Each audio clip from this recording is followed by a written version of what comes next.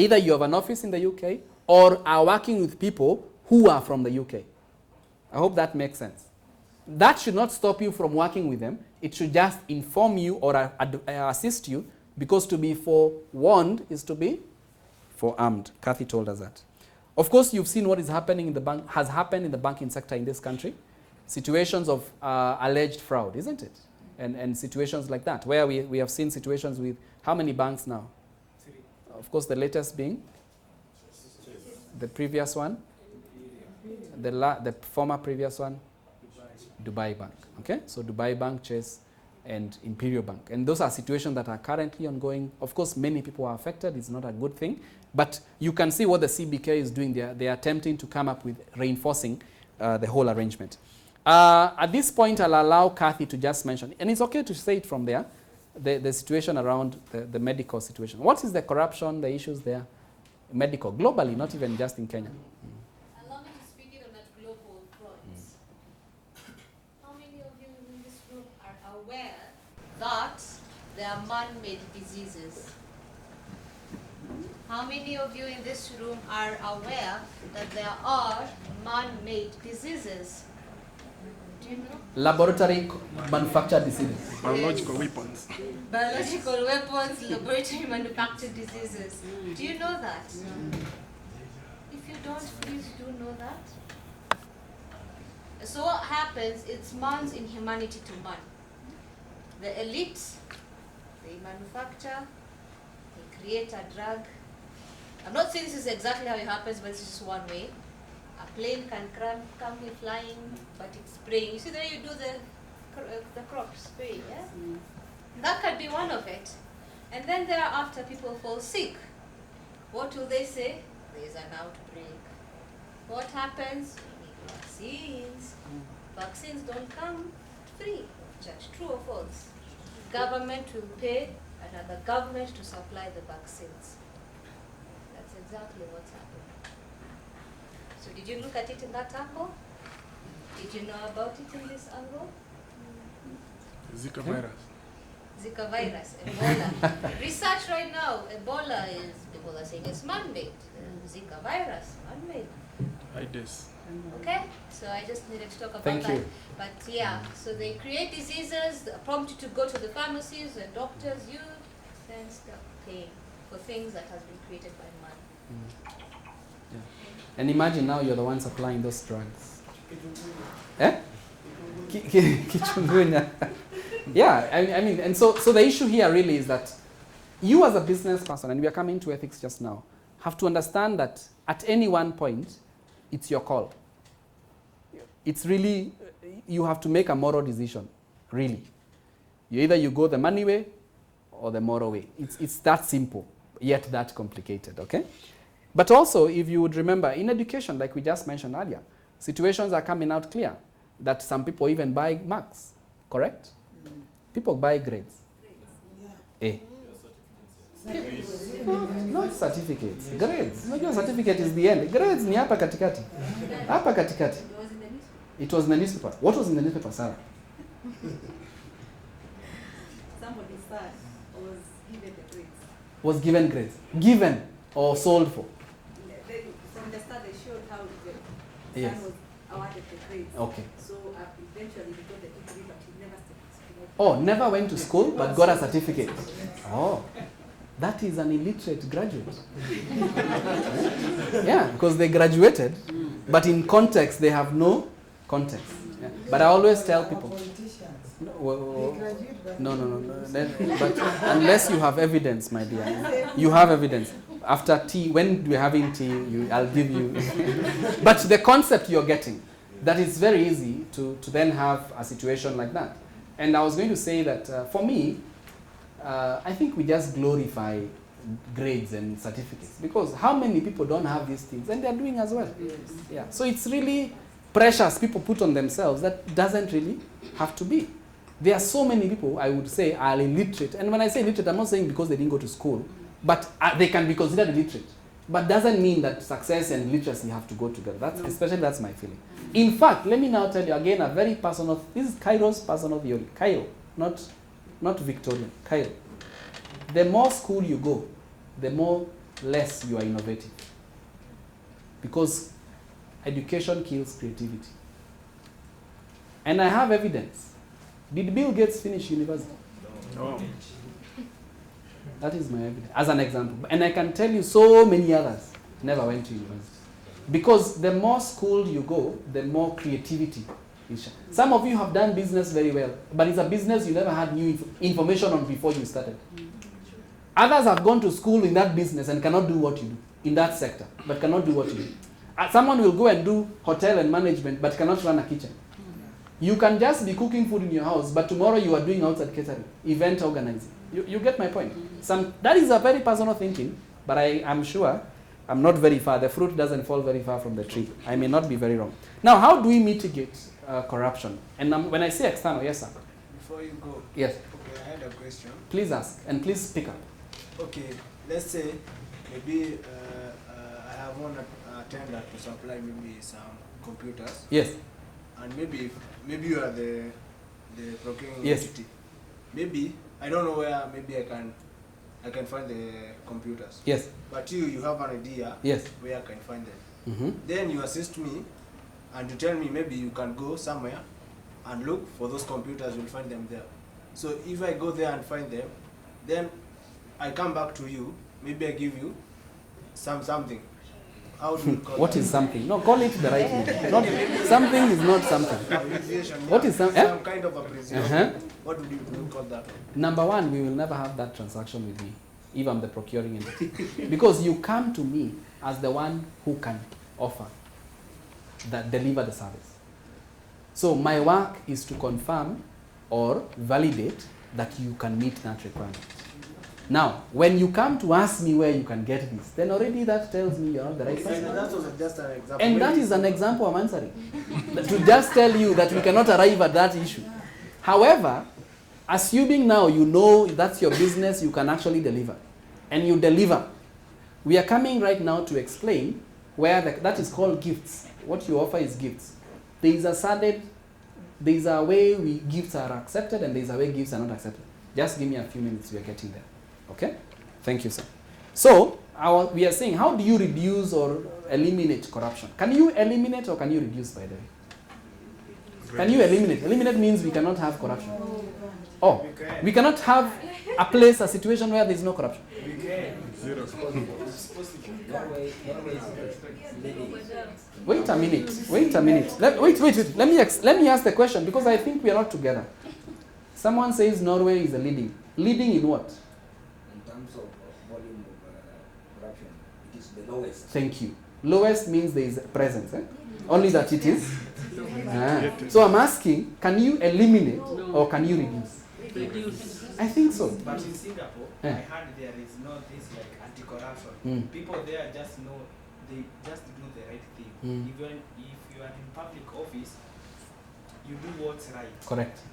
Can I ask you a question? You're right. And the statement to that is you're right. In fact, in Singapore, you have to explain to someone the word corruption. So you're right. But does that mean there is no corruption? No, for real. Does that mean there is no corruption? I had an experience, personal, where I had to explain to someone what the word corruption means in Singapore. I had to. They don't understand. But does that mean they're not corrupt? My friend, it's just the level of it's just, yeah. No, it's just that it's not the level maybe we are talking about. That's why when I was starting, I said corruption is a key word here in Kenya. Everyone knows it. So we are starting from a point of not what is corruption, but how to or how not to. That's our point of reference. They are starting from a point of what is this thing we are seeing coming in. But equal. There is no way you can have human beings and not have corruption, my friend. I don't think so. But we can reduce, we can minimize, we can mitigate. We can zero tolerance, but zero tolerance.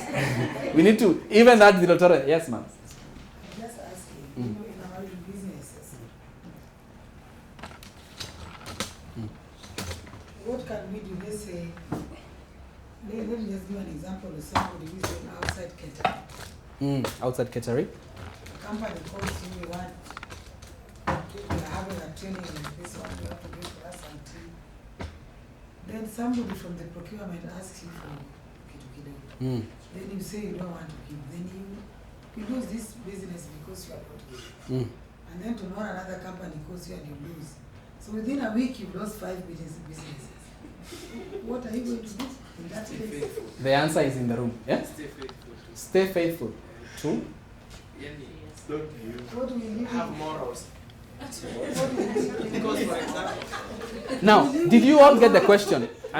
She's saying, I'm saying. what if you get someone who gives you an order, and as they give you the order, they say, however, rudisha mkono. Na wewe useme, na yeye aseme, hata mimi, hii kazi umelose. So she's asking, what happens if you lose 5 of those for 5? That's 5 million gone. He's saying, you can refuse. Please continue, sir. So I was saying, acha niongee na Kiswahili. Sawa, bora uongee kwa sauti. Mimi nilikuwa nasema hivi, Yesu unaweza pata umepoteza kama kazi 5. Juu hao watu walikuwa wanataka uwape kitu kidogo kidogo. Lakini sasa hapo inakuja kwa wewe mwenyewe. Do you believe lazima upeane hiyo pesa ndio upewe kazi? Ile process normal ile ya una apply tu unapata kazi. Unajua pia huo mtu ndio akuitishe pesa, anakuwa ameangalia kuna kitu umekosa, akakwambia ndio nikupe hii kazi, toa hii. This one I'm just talking on outside catering. Outside catering ni mambo ya kupika. You are going to bring food there. Somebody has told you like, well, what food we are eating today? Then somebody said, for me to give you this job, I need 10,000. But I have a question for you, and unfortunately I'm answering you with a question, but it's to understand the question better. You know the answer, right? You really know the answer? I don't know. No, you That's why I'm asking, what do you anyone in this room doesn't know what they should do. The truth is, you decide which way to go. The options are very simple. It's either I give or I don't. It's that simple. But however simple it is that difficult.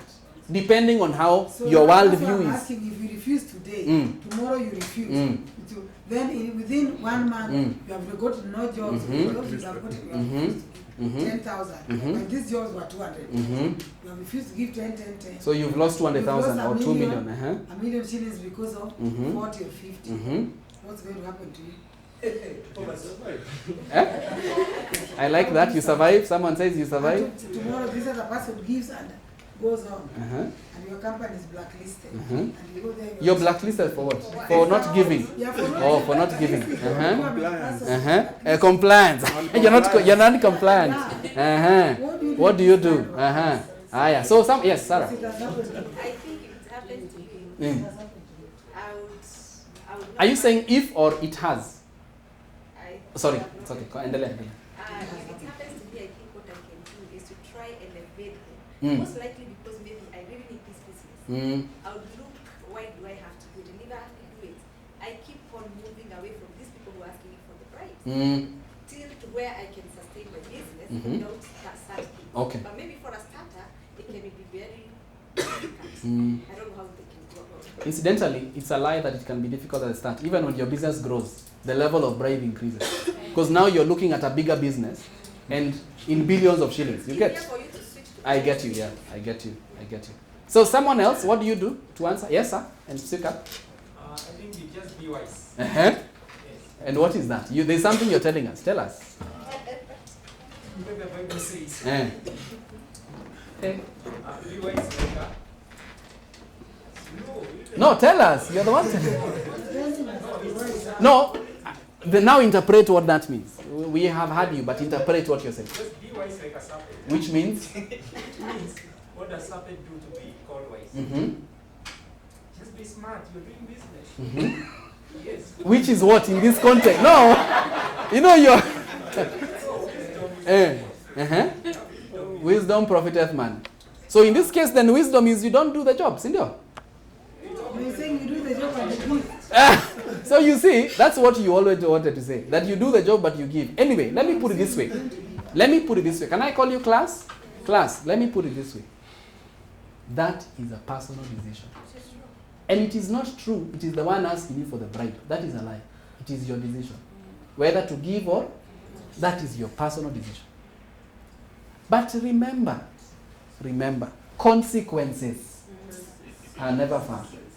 They are never far. And the problem is, and this is my personal understanding, The problem is the foundation and the, unajua mti, vile unalea hiyo mti ndio itakuwa. Yeah. So if you lay it the wrong way, it will grow in the wrong way. If you don't change or work on it now, it will not grow. So we are saying from an external perspective, it is possible to use the legal, the laws are there. Now we have a law. We even have the code of ethics for suppliers in public procurement and disposal. This is the one that yesterday you heard about. Already you have a requirement, you as a supplier. There are issues around your code of conduct. Now, you do know today that you can be blacklisted for 5 years if you're caught in corruption situations. Are we together? So understand that law is there. This is 2015, the change. So it's effective that you can be bad, even if you can also be fined up to 5 or 20 million. Imagine you're bidding for $500,000, you give a Bible of 50, then you're fined 5 million. Okay? So we are saying the consequences are dire. Of course, then I'm saying there are issues around, like now the ethics and anti-corruption have the corruption prevention guidelines because you're interacting with public procurement. So you need to, and why I'm saying this is because we'll send you these notes, but I would want you to go and download these documents. They are free documents online. Please check them, like on the EACC website. There is a document there that helps you understand how you interact with public procurement. Because sometimes, you remember, in the law, it can be an omission or a commission, isn't it? Yet it can be adduced to you as corruption. So you need to be very, very careful. Then there is what we call the Public Officer Ethics Act. Now, though it's for public officers, it now tells the public officer how to interact with me and you, the suppliers. That's why it's good for you to know. Now, that is what covers, for example, the gentleman who was talking about gifts. It can tell you, it can tell you what the public officer can accept as a gift. In terms of the amount, number one, cash can never be a gift. Money, no. It has to be something, but the value also is important. You know, you can give a very small thing like a ring, but it's worth 20 million. So it also is capped in terms of the amount. Okay? Again, it also depends. Why are you giving? You know, why are you issuing? The person was doing their job. So really, really, really. If you really want to give someone something, why don't you send them a Christmas card? No, for real. It's January. Send them an Easter in advance. Or a belated Christmas.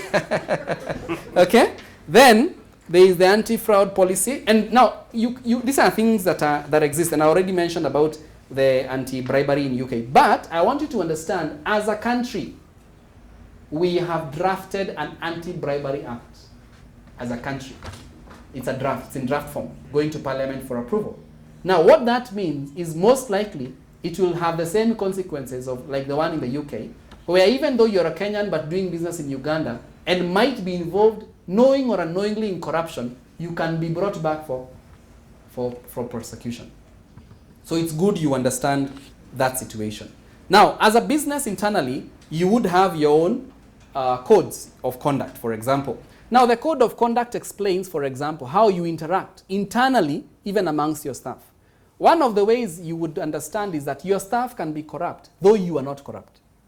Now, remember, insurance, there is an insurance policy called fiduciary insurance, where you can insure yourself as a business against the activities and actions of your staff, for example, fraud. That's why you find sometimes bank, though the cashier can be fraudulent, the bank does not close business because they had insured the activities of their staff. So you can explore with your insurance companies what options you have for your staff who can engage in fraud, etc. Then you have a cover, but of course there's a limit depending on how much you're looking at. Now, I wanted to just mention this and just show you something very briefly, and I hope it will be loud enough. The private sector has drafted an anti-bribery bill which covers bribery in both